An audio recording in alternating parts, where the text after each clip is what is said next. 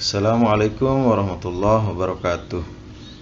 Baiklah, adik-adik mahasiswa yang berbahagia, kembali lagi bersama saya pada mata kuliah penyusunan skripsi untuk Prodi Pendidikan Islam Anak Usia Dini.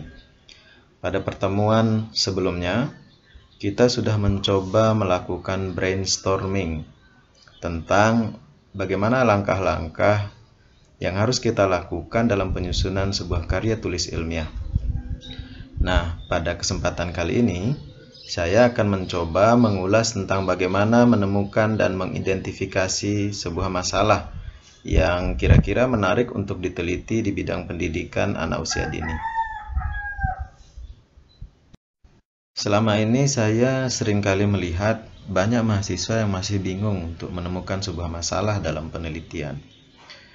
Nah, sebenarnya apa sih yang dimaksud dengan masalah dalam penelitian? Jadi dalam beberapa referensi, masalah itu didefinisikan sebagai sebuah kesenjangan atau ketidaksesuaian antara apa yang kita harapkan dengan kenyataan yang terjadi. Bisa juga kesenjangan antara kebutuhan dengan apa yang terjadi, antara yang seharusnya dengan apa yang ada. Misalnya dalam pendidikan anak usia dini, kita berkeinginan agar anak-anak yang belajar di satuan PAUD memiliki moral yang baik. Tetapi ternyata anak-anak sekarang banyak yang tidak memiliki nilai sopan santun, tidak ramah, tidak suka permisi saat melewati kerumunan, kemudian suka mengganggu teman, suka mengejek teman, dan lain sebagainya.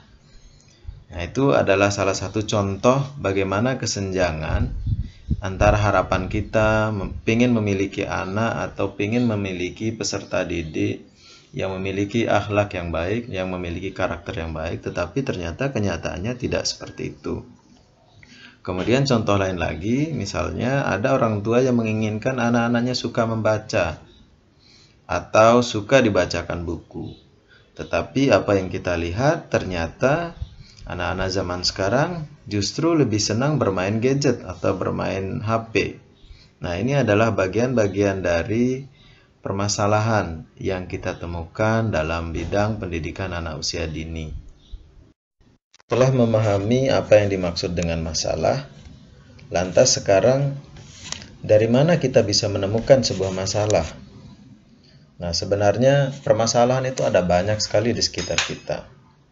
Sekarang tergantung kita peka terhadap masalah tersebut atau tidak.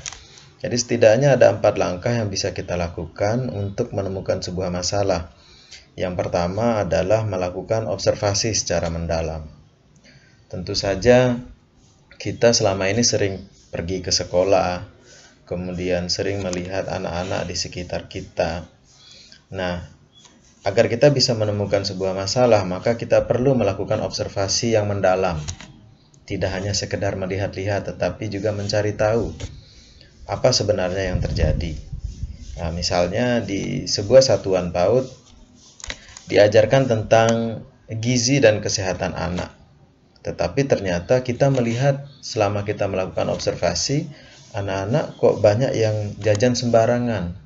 Justru tidak menghiraukan nilai gizi yang terkandung di dalam jajanan yang mereka makan. Nah, itu adalah masalah yang kita temukan dari hasil observasi. Kemudian yang kedua, kita juga bisa menemukan masalah dari membaca sebuah literatur.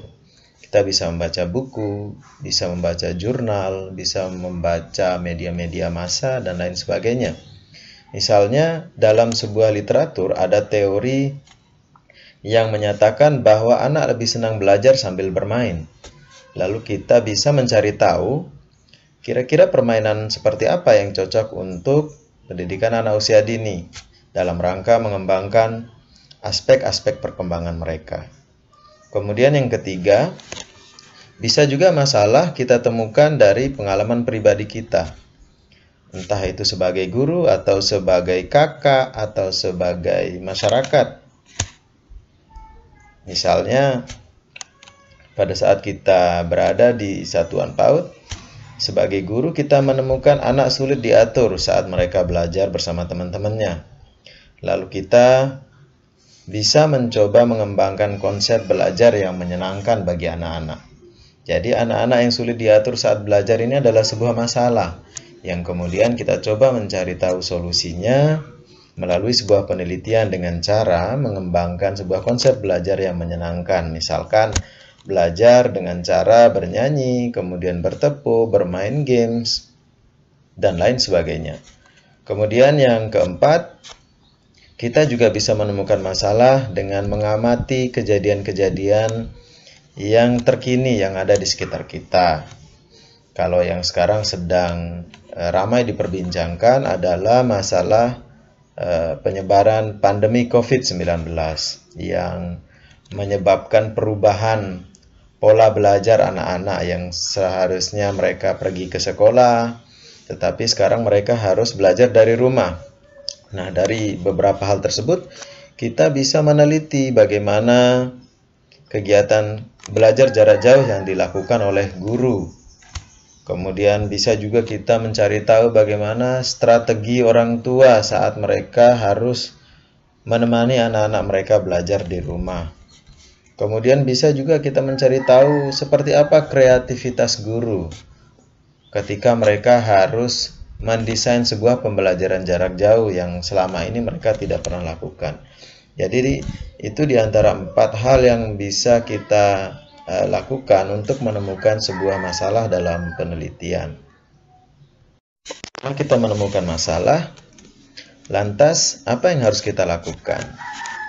Tentu saja seperti yang saya bilang sebelumnya, kita menemukan banyak sekali masalah yang ada di sekitar kita. Tetapi tentu saja dalam melakukan penelitian kita diharapkan untuk bisa fokus pada satu masalah yang spesifik. Jadi tidak bisa kita membahas semua masalah karena kita memiliki keterbatasan. Oleh sebab itu, kita berusaha untuk mencari fokus masalah yang kira-kira ingin kita teliti lebih lanjut, yang sesuai dengan bidang keahlian yang kita sukai, misalkan tentang pendidikan anak usia dini yang berkaitan dengan alat permainan edukatif, atau ada yang suka tentang pendidikan karakter atau pendidikan moral. Ada juga adik-adik yang senang meneliti tentang permainan tradisional. Ya, itu masing-masing tergantung dari keahlian masing-masing. Kita passionnya di mana atau kesukaannya di mana. Kemudian setelah menemukan masalah, setelah kita menentukan satu masalah yang menjadi fokus penelitian kita, maka kita mencoba untuk melakukan observasi yang lebih mendalam lagi terhadap fenomena yang kita temukan. Jadi kita bisa melakukan atau mencoba untuk menggunakan pertanyaan-pertanyaan penelitian, bisa menggunakan 5W1H misalkan dalam mencari informasi tersebut. Misalkan yang terkait dengan pendidikan karakter anak, siapa yang mendidik mereka, kemudian di mana lembaga pendidikan itu berada, kemudian atau bagaimana suasana yang terjadi di situ, kemudian bagaimana juga lingkungan masyarakat yang ada di sekitar sekolah. Selanjutnya bisa juga menggunakan pertanyaan kapan kejadian itu terjadi, kapan anak-anak yang kita temukan itu melakukan tindakan-tindakan yang tidak baik menurut pendidikan moral di anak usia dini. Kemudian bagaimana, bisa juga kita menggunakan pertanyaan bagaimana kejadian itu bisa terjadi, dan seterusnya. Tentu saja ini bisa dikreasikan sendiri. Jika dalam perjalanan observasi kita menemukan ada sekolah yang dapat menanamkan nilai karakter pada anak, atau kita menemukan sekolah yang dapat membuat anak-anak hobi membaca atau dibacakan buku, maka lokasi ini bisa kita jadikan tempat untuk penelitian terhadap masalah yang kita temukan tadi. Kita menemukan masalah ada degradasi moral terhadap anak-anak yang tidak bermoral, anak-anak yang tidak suka membaca.